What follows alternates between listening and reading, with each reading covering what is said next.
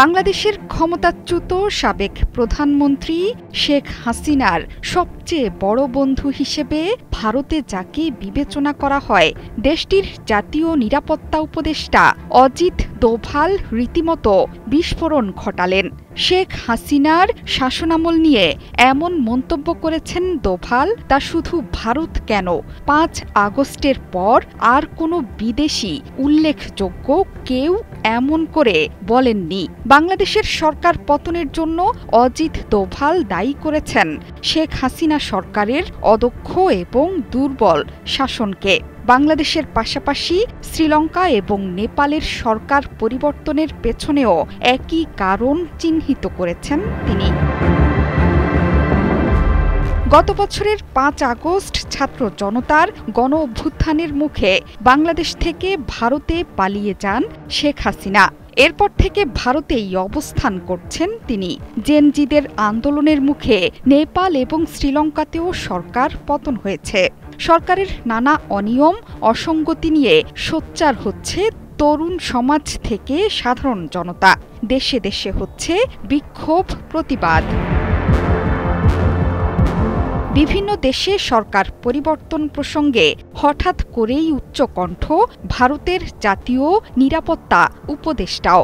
দেশের জাতীয় একতা দিবস উপলক্ষে বক্তব্য দেন অজিত দোভাল। বিগত কয়েক বছরে ভারতের প্রতিবেশী দেশগুলোতে ঘটে যাওয়া পরিবর্তন প্রসঙ্গে তিনি বলেছেন, বিশাল সাম্রাজ্য, রাজতন্ত্র, গোষ্ঠী শাসন, অভিজাততন্ত্র বা গণতন্ত্রের উত্থান ও পতনের ইতিহাস আসলে তাদের শাসনেরই ইতিহাস। বাংলাদেশ, শ্রীলঙ্কা, নেপাল এবং অন্যান্য দেশে অসাংবিধানিক পদ্ধতির মাধ্যমে সাম্প্রতিক শাসন পরিবর্তনের ঘটনাগুলো আসলে দুর্বল ও অদক্ষ শাসনেরই উদাহরণ।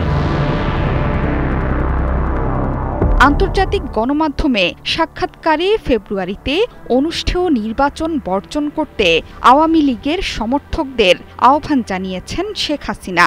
এরপরই প্রতিবেশী দেশ সম্পর্কে এমন মন্তব্য করলেন অজিত দোভাল।